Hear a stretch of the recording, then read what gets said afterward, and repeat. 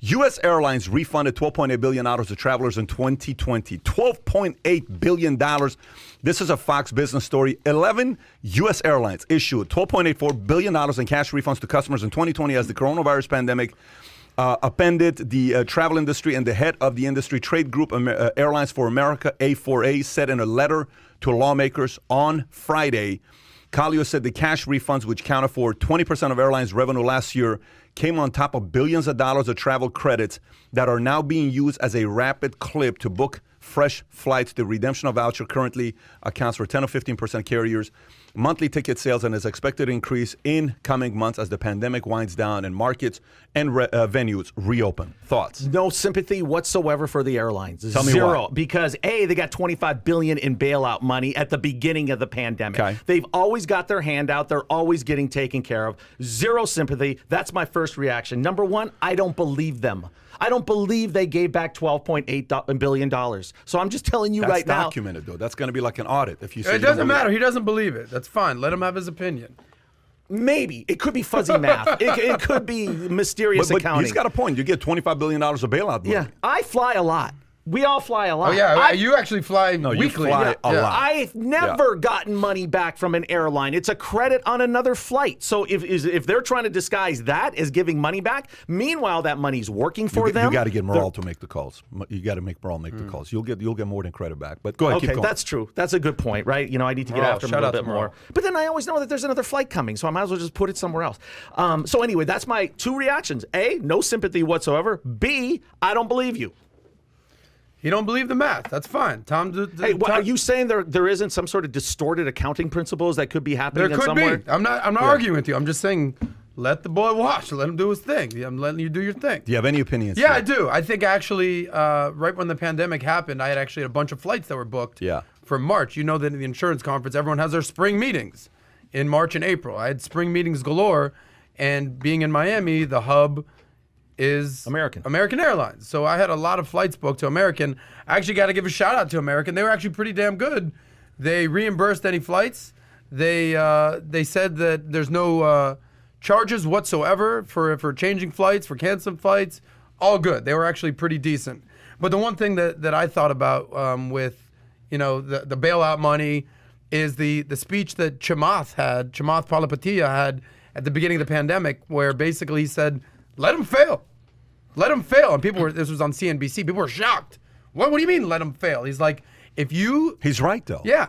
That's right. part of capitalism is the freedom to fail. Yeah. So if you took all your money that you received from the Trump tax breaks in 2017 and you used it for stock buybacks and you didn't use it to make your company stronger or invest in the people or whatever you needed to do to make your business healthier, and you just use it for stock buybacks, you reap what you sow, right? So actually, when Chamath said that was actually the first time that I've heard of him. I was like, whoa, what's this guy talking about letting airlines fail? Smart guy. What? He's a smart guy. And then it kind of resonated with me, especially with all the bailouts that happened since the pandemic. What about you, Pat? Here's what I would say about this. I think what airlines, by the way, just so you know, restaurants, the other day I saw an article by Bloomberg that said, actually, instead of 50% of restaurants going out of business, only 14% of restaurants went permanently out of business. I'm like, only 14% of restaurants went out. Only 14% of American population died. Different from 50 though. It's only no. What do you listen?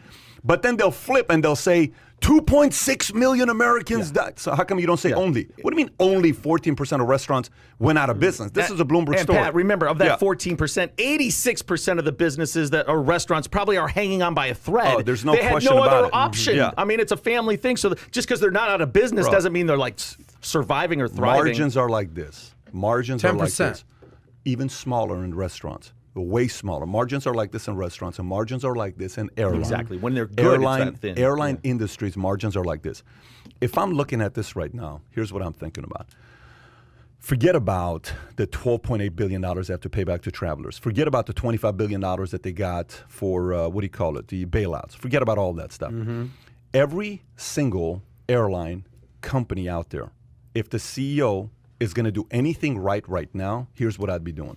I would have every single C-suite executive of mine in the company read the book, Blue Ocean Strategy. I'm going to have a conference call. I'm going to say, guys, let me tell you where we are right now.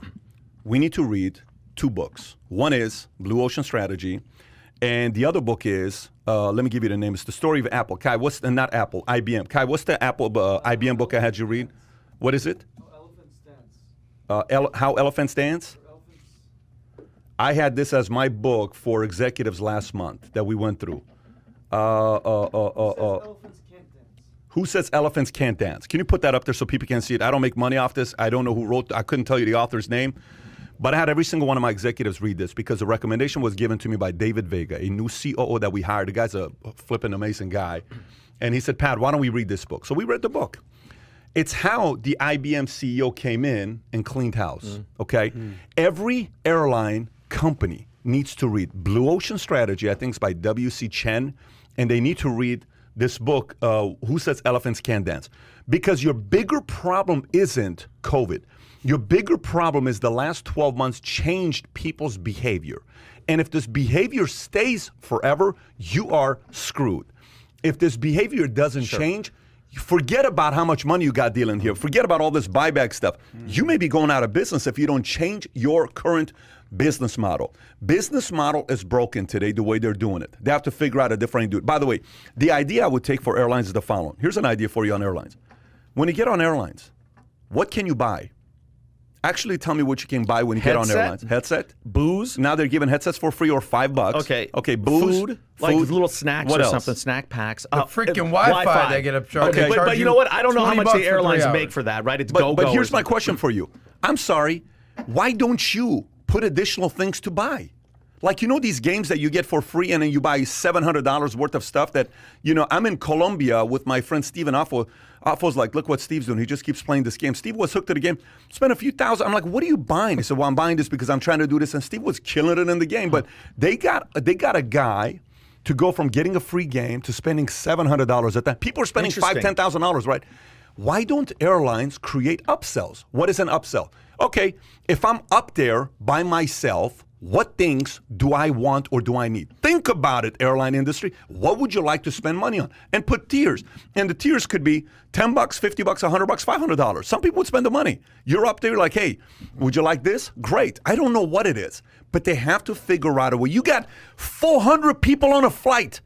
You mean to tell me you can't get 40 grand? Like, make some money off these undivided attention of an audience you got. Stop just selling the credit cards. What other way can you make money off of them? Oh, they love those credit cards. They have to start figuring out better ways to make money off the customers that you have. A salesperson, they have to start looking at it this way.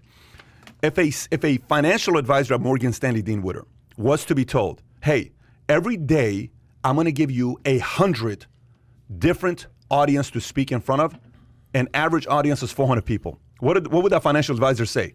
It's freaking sick. Yeah. That's insane. You're kidding me. No. That's the airline industry. Yeah. How many flights do you have a day? I don't know, 100, 200, 500, 1,000? That's 100, 200, 500, 1,000 people they can speak to for 400 people on it. What if you do a sponsorship? You bring a Morgan Stanley Dean Witter guy that gets 5 minutes to speak to everybody, and Morgan pays you $100,000 for that. Wow, that's a great What if you bring a Merrill Lynch? What if you freaking do something with this? Yeah. That's a ridiculous opportunity. I don't understand what the hell these airline industries are doing. They're thinking the same, old school method of running a business is going to work. Dude, you're about to go out of business. Yeah. Mm-hmm. You better get your act together. So 2 books, if they're listening. By the way, if anybody's in the airline industry or knows of somebody, send this short clip or segment to them so they can listen to this. Because if not, I want the airline industry to stay in business. Mm-hmm. I want Barnes & Noble to stay in business. There's certain things I want to stay in business, but they need to get creative. Well, the airline industry is going to stay in business. The industry, but just some airlines are going to go out of business. That's and that was, I think, Chamath's initial point is some businesses are going to go. I just want you to get creative and innovative. That's a great idea. We win if people get innovative and creative. The consumer wins. You and I win. I'm going to say this. Some airlines just do it so much better than others, and it's so obvious. So shout out to JetBlue. Shout out to Delta. You guys clearly get it. You're very good. Now, I'm going to make another prediction. And as we know, these aren't predictions. This is like looking into history and already knowing what's going to happen with my predictions. Nostradamus right here. Okay? There's going to be another airline bailout next year, 2022. Count on it. Here's why. Business travel kaput. All right. Now, they somehow weathered it for 1 year because, COVID has shut everybody down. Business travelers aren't coming back. Maybe they will to a small percentage, but business travel used to run the airlines. I mean, that was the biggest part of the revenue. Class. Number two, they got false hope. They got a sugar high because so many people were spending their stimulus checks on flying. So then you got that fake thing that you're thinking that maybe you're coming back. And I saw a lot of people that were using their stimulus money to fly. I saw that for about 5 or 6 months. And leisure travel's up right now. Airports are crazy. You may have seen it over the weekend, but that's going to die down too. I mean, because people want to get out there and travel, but that's going to tail off a little at the end of the year. With no business travel, with the stimulus money being gone, they're in big trouble. Another bailout next year. I think they could be the next newspaper. If they don't. You know how newspapers went from, everybody had a New York Times, LA Times, whatever, USA Today on the table when you went into a business. Yes. And then now we're all going online. I think something like that could happen to the airline industry. And someone today could disrupt the game in a massive way. Someone could pull it off today. See, I wholeheartedly agree with you that something needs to get done. You can't just operate, as business as usual, like how it's always been done, or else you're going to be a dying breed. However, there's clearly some airlines are going to win and some are going to lose. And basically what's going to happen is at the end of the day, the consumer is going to lose. Why? Because they're just going to have less options, less flights, less just options at the end of the day. If 2 or 3 airlines go out of business, then you're just stuck with American, Delta, United, whoever it is. And the big winners are going to dominate the marketplace, just like in the streaming wars, how basically the rich are getting richer and the bigger are getting bigger. The major airlines who are winning this war will divide and conquer, and they'll figure it out. And there's some that are going to just fail. Like, for instance, what's the airline that everyone talks shit about? What's the one airline that everyone's like, oh, those guys? Worst customer service. Well, I don't know what it's called, but Spirit? No, Spirit. Not Spirit. Yeah. Is it Spirit? Yeah. Well, is it AirTran? I can't hear you, buddy. Spirit's different though, because they're targeting a different audience. You're going low budget. You don't expect high customer service from a low budget airline where you can't even. It's a great business model, and the guy's not changing. He's clear exactly, about it. and people are still going to fly. You're not coming to me for customer service. You're coming to me because I got the cheapest coming with option. shitty leg room. By the way, you know what I call that? I call that a business model. Exactly. That is a business model. It's a different target audience. There's another one that's emerging too. It's that are going from these smaller regional airports. The former founder of JetBlue, his name is Alex Wilcox. He started this airline called Jet Suite X. If you haven't flown on Jet Suite X, it probably hasn't come this far east yet, but amazing. And there are some smart people in the airline industry that see opportunity and they're trying to do some different things. And that go on service. I feel like you're getting threatened every time you get on the plane. Everything you can't do, you'll be banned. You'll never be able to fly. $35,000 fine. Meanwhile, you got Senorita and Grumpy in the cabin watching porn, right? And doing that. So it's a crazy world in the air right now. The industry. Well, don't forget, back in the 80s and 90s, how many roads eventually lead to porn? I think it's just for sure. Or the cockpit. Going. Yeah. I mean, how many different airlines merged, went out of business? Continental. There used to be multiple different airlines. But it's so expensive. Northwest, and they merged when they became part of Delta, and then so US Air. Things are going to get consolidated. Adam, business model has to change. What you're saying is scary to me. Let me explain to you why you don't want that to happen, okay? Why you don't want that to happen. Yes, if these companies are screwing up and you're buying back stocks with the money that you got on the bailout, yes, you, the CEO, you shouldn't be running the company, period. You should not be running the company while you're doing that. That's a bad decision you're making. That guy needs to get fired, right? But the point with my issue is if we only have 3 airlines, guess who's losing? The customer. The customer loses. Yeah. You want 6, 7, 8 options. We win when there's 6, 7, 8 options. So you would much rather have 6, 7, 8 options that are competing. Unfortunately, right now, I don't see a lot of folks working on business. But like I went on these flights. I'm like, okay, let me see what they're going to do differently. Nothing. I'm like, right. Are now you that kidding it's me? changed, Change it. This is an opportunity. Can I ask you a question? Sure. Regarding your upsell idea, which is a great theory, and what we've already talked about the airline industry, what about selling porn in the air? They probably make billions. Now all of a sudden you're on the porn side of things? Tom. Well, there would need to be flip-flopping. Special section. But let me go where he's going. Okay, let's just go where he's going. Okay, even though I'm not going to get on that flight, but I guarantee you there's a model for it. You ready? Okay. Let's just say an airline comes out where all the waitresses, or what do you call flight attendants, are dressed like the girls at Mandalay Bay. They're dressed like that. Hooters waitresses, basically. Let's just say Hooters waitress, but I'm talking about real nice and dressed up, real sexy, where there's an audience for it.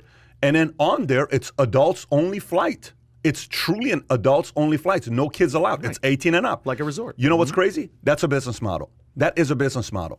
What if on a flight now, airlines try to figure out a way to have a casino on the flight? That's a business model. What if airlines can now get approval to have on the flight gambling going on? What if there's a deal? What if there's a poker tournament going on a flight? These are all additional ancillary stuff that they could, where someone's going to say, dude, let me tell you something, man. A 5-hour flight feels like 10 minutes. That's how you would sell it.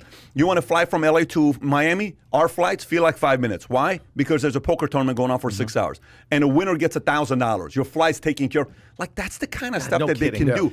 I'm just telling you, there's entertainment. Add some spice.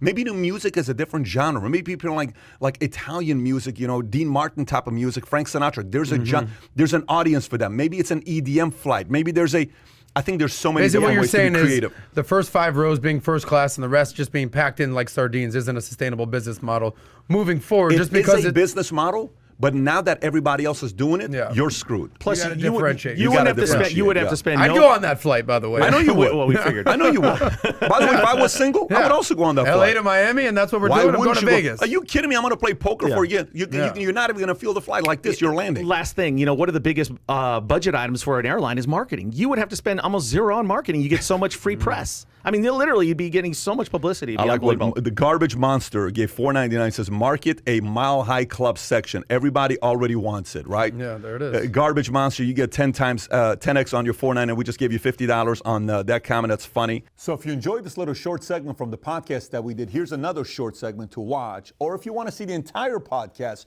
click over here. Take care, everybody. Bye-bye.